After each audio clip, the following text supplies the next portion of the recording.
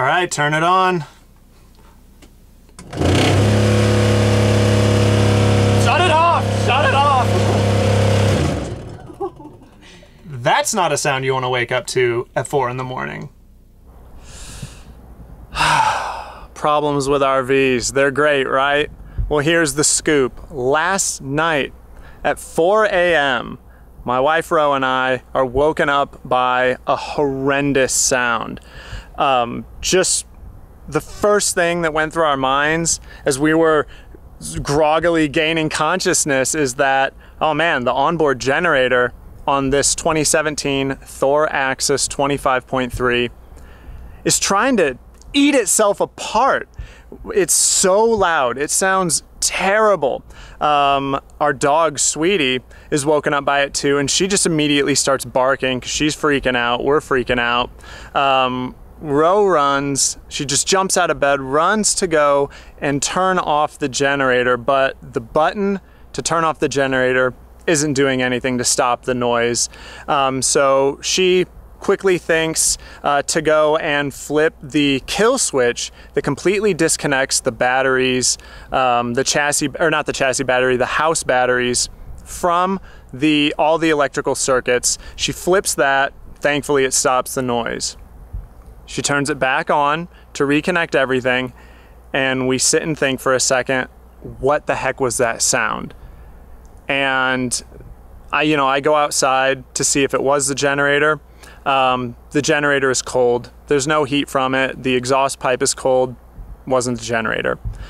So I just flip on the furnace then, and the sound happens again. It sounds like a jackhammer. It sounds like whatever's going on inside that furnace, it's just like self-destructing. So Ro quickly flips the button to turn that off, or to kill power to everything, cuts, it stops it from doing whatever the heck it's doing.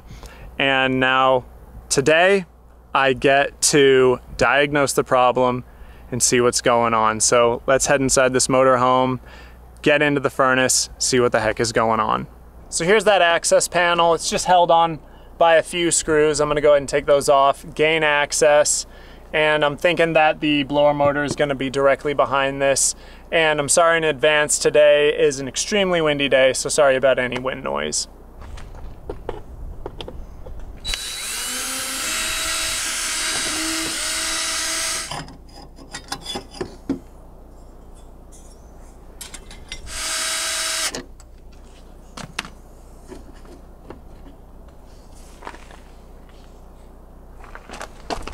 So now we have access to the fan. You can see the housing of the fan is right here. And there's a control panel right here, and this button to turn it off and on is right there. It's just held on by one screw.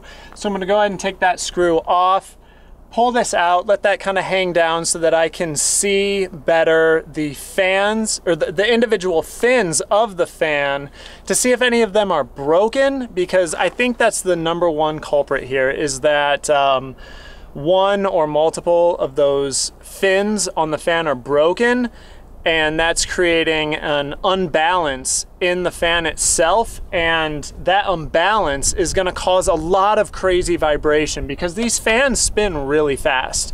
And so if they're not properly balanced because of broken fins inside of them, it's gonna cause a ton of vibration that would cause the insane sounds that we are hearing. So let's take that out and then we can inspect.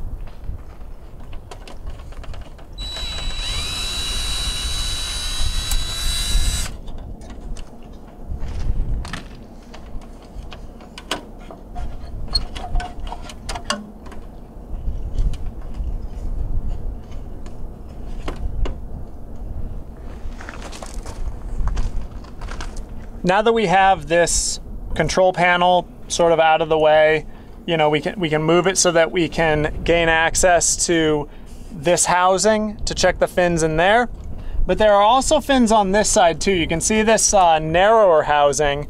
There are some shorter fins in there, and as well as some longer fins on this side. So I'm gonna check this side first, and then I'll check this side as well to see if there are any broken fins on either area.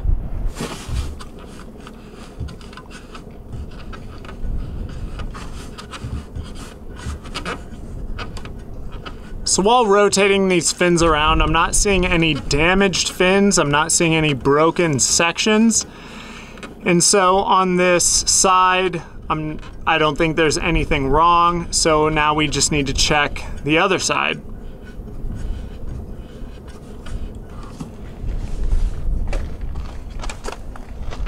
Okay, so I know what the problem is now. While I was readjusting the camera, I just went ahead and took a look inside of this section of the fan real quick, and I definitely found what the problem is. There is a dead mouse inside of this section. So I'm gonna go ahead and pull him out. If you guys are squeamish, go ahead and look away now, because I'm gonna pull him out.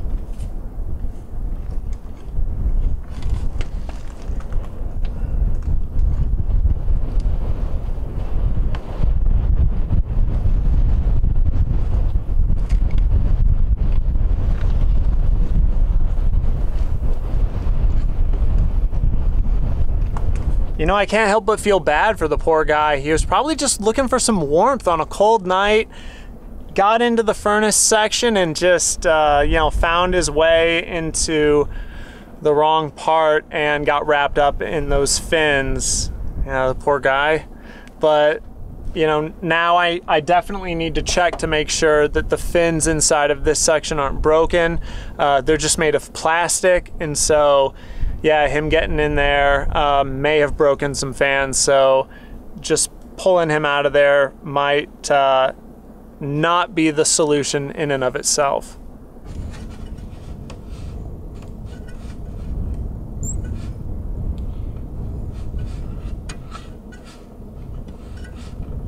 None of the fins look damaged, so at this point I'm ready to fire the furnace up, let this fan start spinning, and see if we still have that crazy noise going.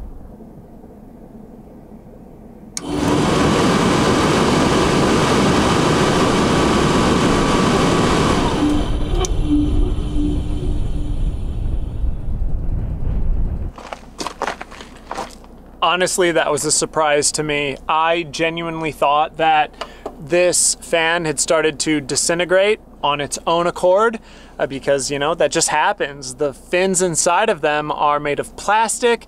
They spin really fast, just fatigues those fins naturally, and they just break over time. Sometimes these squirrel cage fans break, but that wasn't the case here. So this is one of the easiest diagnoses and fixes I've ever done on any kind of RV. I'm really happy about that, but I'm also really sad that, you know, a creature died because of all of this. But yeah, it was a really easy fix. Everything sounds perfectly normal now. None of the fins look broken. So all that's left to do at this point is just button everything up.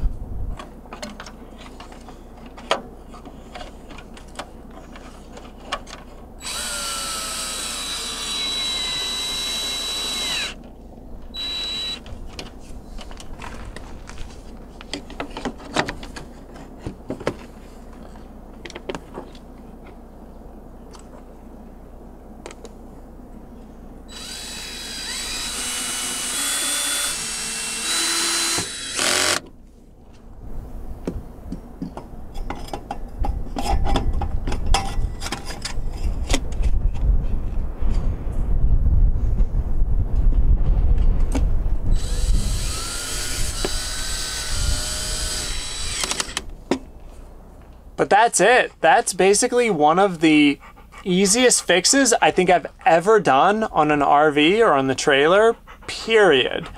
You know, but if you're having a similar problem where your furnace is making some kind of ungodly noise, some kind of jackhammering that's happening, know that it, you know, it could be a mouse, it could be a wasp's nest, something inside, you know, something trying to live inside of the fan. But it also could be, unfortunately, broken fins inside of the fan. You know, if your furnace is making some kind of jackhammering noise, it's something happening with the fan, something happening with the blower, because that's the only moving part inside of your furnace. So there is some kind of problem. If you have broken fins, removing the blower from your furnace hopefully is pretty easy. Hopefully you've got some good access to it. It shouldn't be too hard. It's something that you know, most people could be able to do on their own. If you've got a drill or screwdrivers, you can pull that fan out, find the part number yourself, order it online. You can save a lot of money as opposed to going to an RV dealer or you know, some type of RV repair. But sadly, if you've got mouse problems in your RV, like we've got inside of Artemis, despite having 2 cats, we've got Butters and Alice, and they're both avid mousers. If there's any noise inside at all, these 2 cats are on it. They have caught multiple mice inside of this motorhome. They've never done it inside of our trailer. The trailer must be buttoned up a lot tighter than this motorhome is. I don't know. But yeah, there's been no problems inside of the trailer, but there have definitely been problems with mice inside of the RV.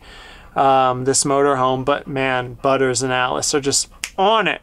They catch them. But if they're gonna crawl inside and, oh sweetie, come on.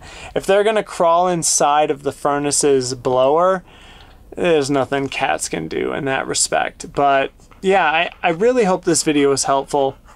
If you have these jackhammering problems, this like insane noise, it's definitely the blower. Get in there. See if there are any broken fins, if there are any mice living in there, if there are any wasps living in there. If there aren't, probably have a broken fin somewhere. Go ahead and replace that.